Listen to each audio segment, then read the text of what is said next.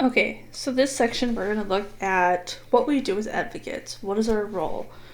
What we do on a day-to-day basis, not saying every day, most days, it's every day is different. You can never guess what we're going to do on a daily basis.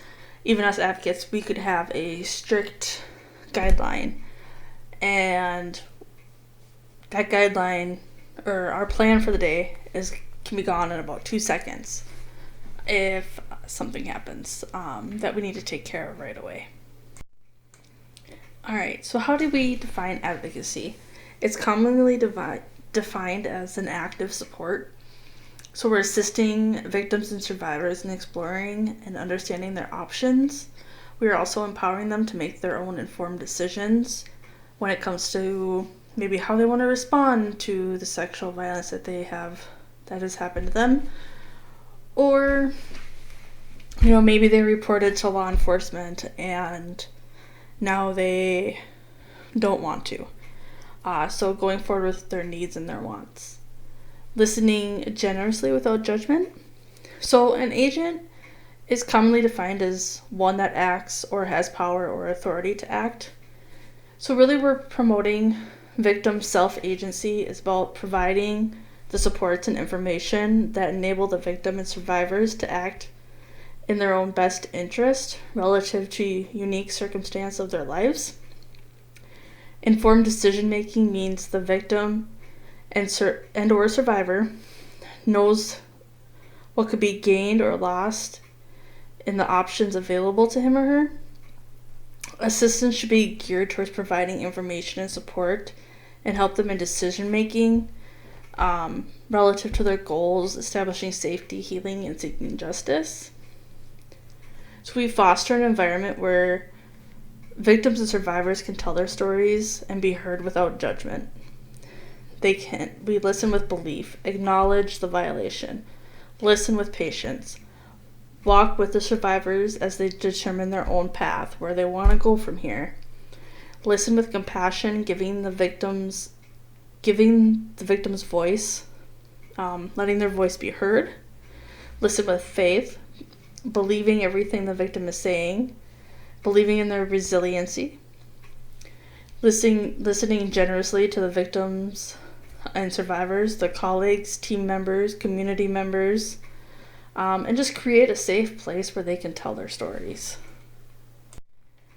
So advocacy assumptions. The perpetrator is always the one responsible for the assault. It is never, ever, ever, ever, ever, ever, ever, ever, ever, ever the victim's fault. Victims made the best choice and decisions possible. No one ever deserves to be sexually assaulted. Survivors have amazing strength and healing capacity. The healing journey may take time and endurance for the victim or survivor, but every one of them can move through the process and recover from sexual violence. 24-hour crisis line, which we have here, and is covered by all of our offices and our advocates. The phone lines need to be covered 24 hours a day, 7 days a week, even holidays. We deliver information and immediate support to victims and survivors of sexual violence. Recent survivors who need assistance in understanding that forced sex is indeed rape. Or survivors who may have the assaults have occurred when they were a child and they're now an adult. Secondary victims such as parents, aunts, uncle, grandparents, anyone who is supporting that victim or survivor.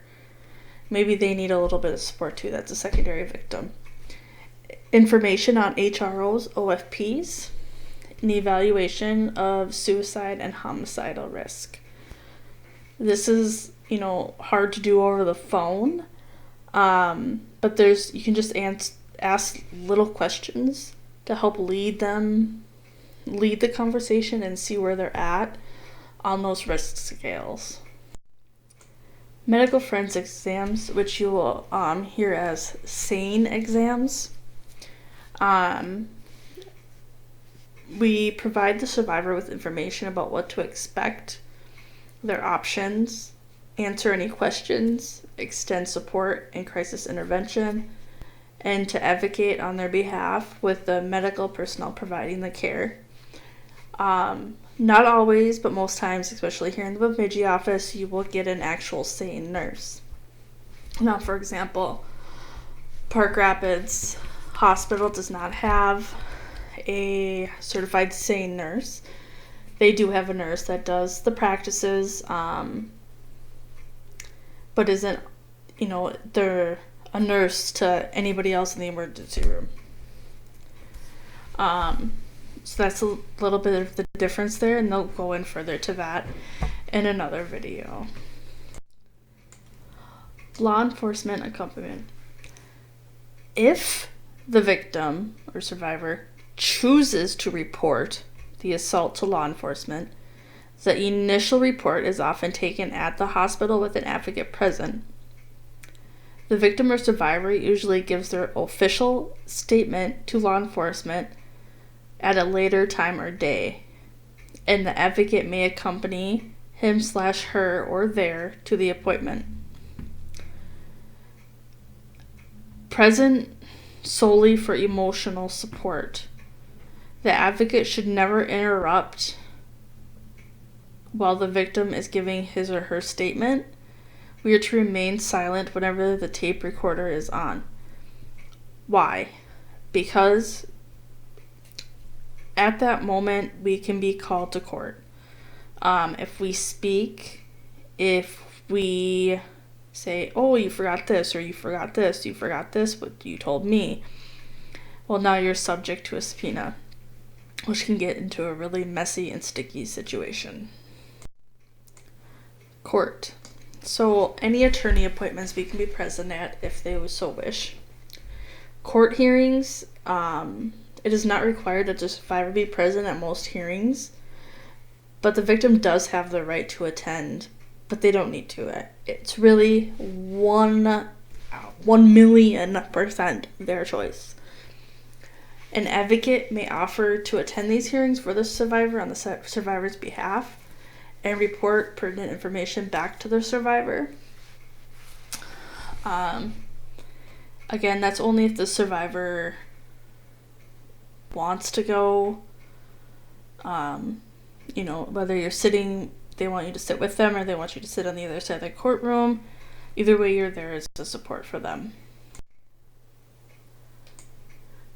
So there are advocates that can assist with secondary victims initially.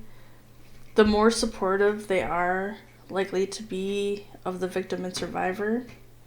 However, if at all possible, have separate advocates for each person in mind. Just for an example, if we had a mother, son, and sister, the brother needs support and the mother needs support, but the sister is the actual survivor. We could have an advocate for the brother and have an advocate for the mother also. Just different people in the office. By working to change our environment so that it does not foster sexual violence, we can prevent further harm to the survivors, and hopefully eliminate the stigma. Training participants are strengthening individual knowledge and skills by taking the crisis intervention class. Educating the public about sexual violence is imperative to the prevention and eradication of sexual violence in our community. Sexual violence advocacy programs are often asked to speak at schools and at community organizations about the prevalence of sexual violence, prevention, safety, and other related topics. Presentations and trainings on sexual violence vary greatly depending on the audience and purpose of the event. Videos, role plays, and discussion of scenarios can be very educational with most groups. Advocates often educate providers through trainings. We need to move beyond educating communities and providing to fostering coalitions and networks, changing organizational practices, and influencing policy and legislation to stop sexual violence before it starts.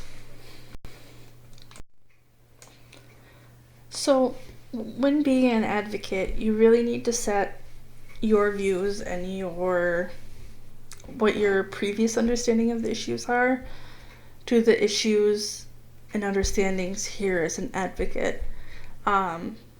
Because sometimes pressing your views can be more damaging to victims.